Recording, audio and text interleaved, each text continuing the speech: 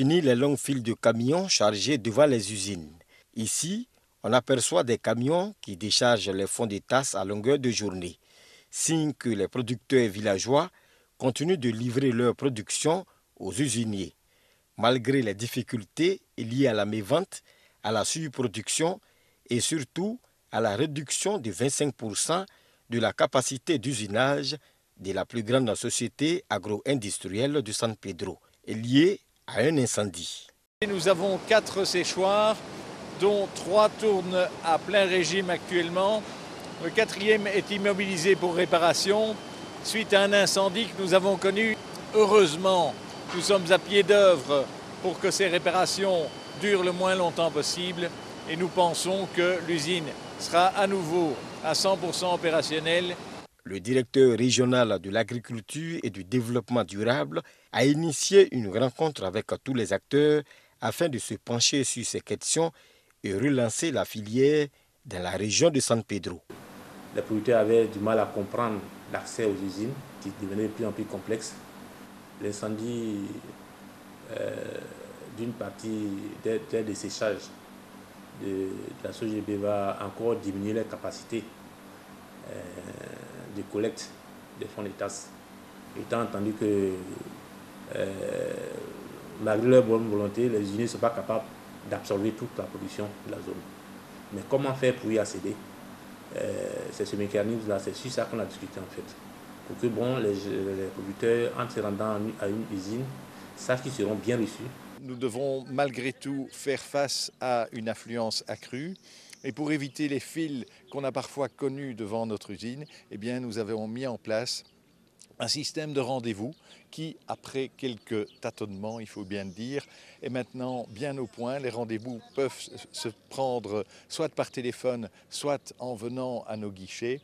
Les usiniers se tiennent prêts à augmenter leur capacité de production. Les usiniers comptent sur des mesures d'accompagnement et sur des mesures d'encouragement, notamment fiscales dans le cadre des nouveaux investissements, pour encourager justement cette augmentation de capacité de production au niveau national. 65 000 tonnes de caoutchouc sec ont été produites l'année dernière par la seule société agro-industrielle SOGB.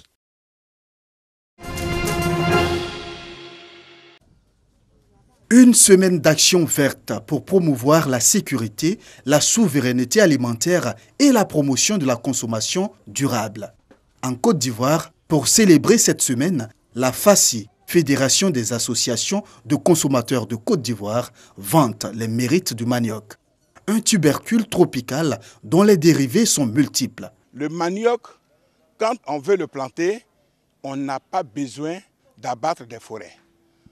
Les jachères suffisent pour cultiver du manioc. On n'a pas besoin de semences parce que les butures de manioc servent à faire les plantations de manioc. En 3 mois, vous avez du manioc. Et le manioc peut pousser dans toutes les régions de la Côte d'Ivoire.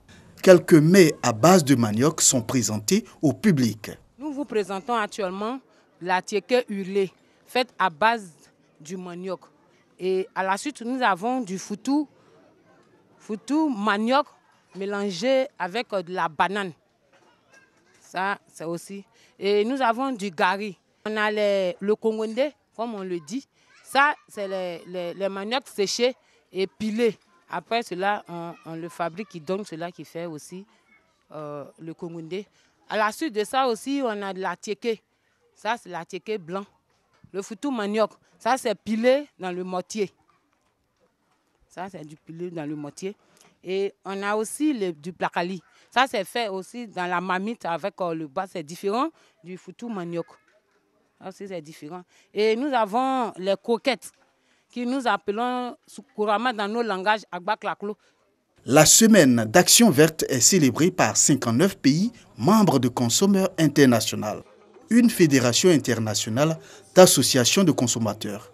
Cette année, la semaine d'action verte s'étend du 30 septembre au 6 octobre.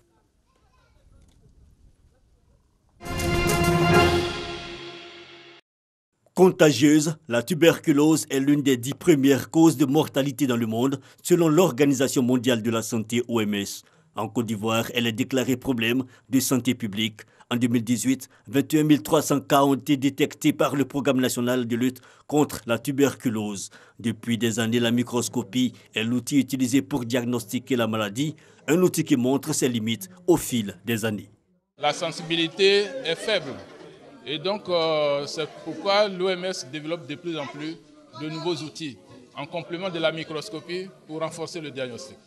Pour répondre aux limites de cet outil, une étude a été réalisée par l'Institut Pasteur sur la TB et l'AMP, une méthode d'analyse innovante moléculaire performante et simple à implémenter.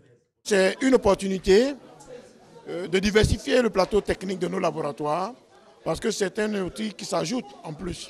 Et en plus, compte tenu de ses performances, il nous permettra de détecter plus de malades et de les traiter afin de rompre la chaîne de transmission du bacille dans la communauté. Actuellement, l'outil moléculaire que nous avons exige véritablement une chaîne de froid très appropriée, alors que cet outil peut être utilisé en périphérie sans une chaîne de froid très rigoureuse.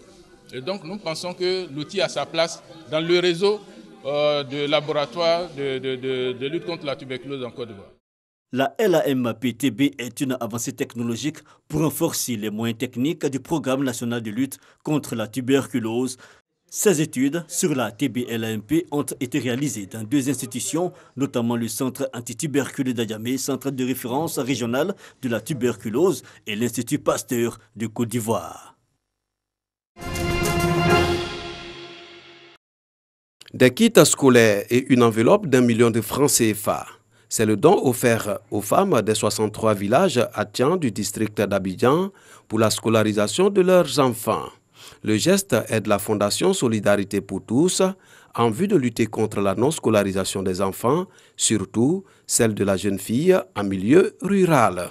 Nos enfants qui vont à l'école ont besoin d'outils didactiques sans compter à l'effigie de la fondation et des vêtements, des chaussures. Cela s'inscrit aussi dans les objectifs éradiquer la précarité, l'autonomisation et surtout les enfants, le devenir des enfants. Ce don d'une valeur totale de plus de 2 millions de francs CFA vient à point nommé selon la porte-parole des bénéficiaires. Sabine Moya Gourmanon a exhorté les Ivoiriens à œuvrer pour l'éducation des enfants qui sont l'avenir de demain. Madame Madou Toakeuse, qui a toujours répondu à nos attentes. Elle était toujours avec nous, donc nous nous sollicitons. Elle est vraiment présente, donc vraiment aujourd'hui je suis très heureuse. Le peu que nous allons leur donner, nous allons leur demander de travailler encore plus pour que l'année prochaine, nous sortons maintenant les meilleurs élèves des villages.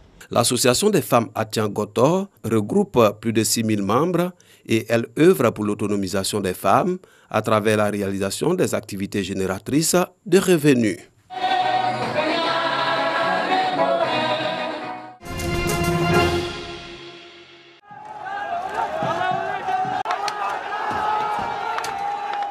Depuis 4 jours, la contestation populaire ne cesse de grossir.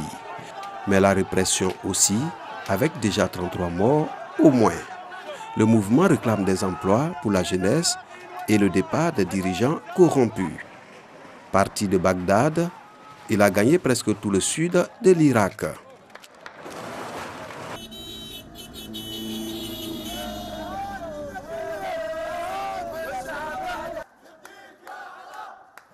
Les forces de sécurité irakiennes ont commencé à tirer à balles réelles.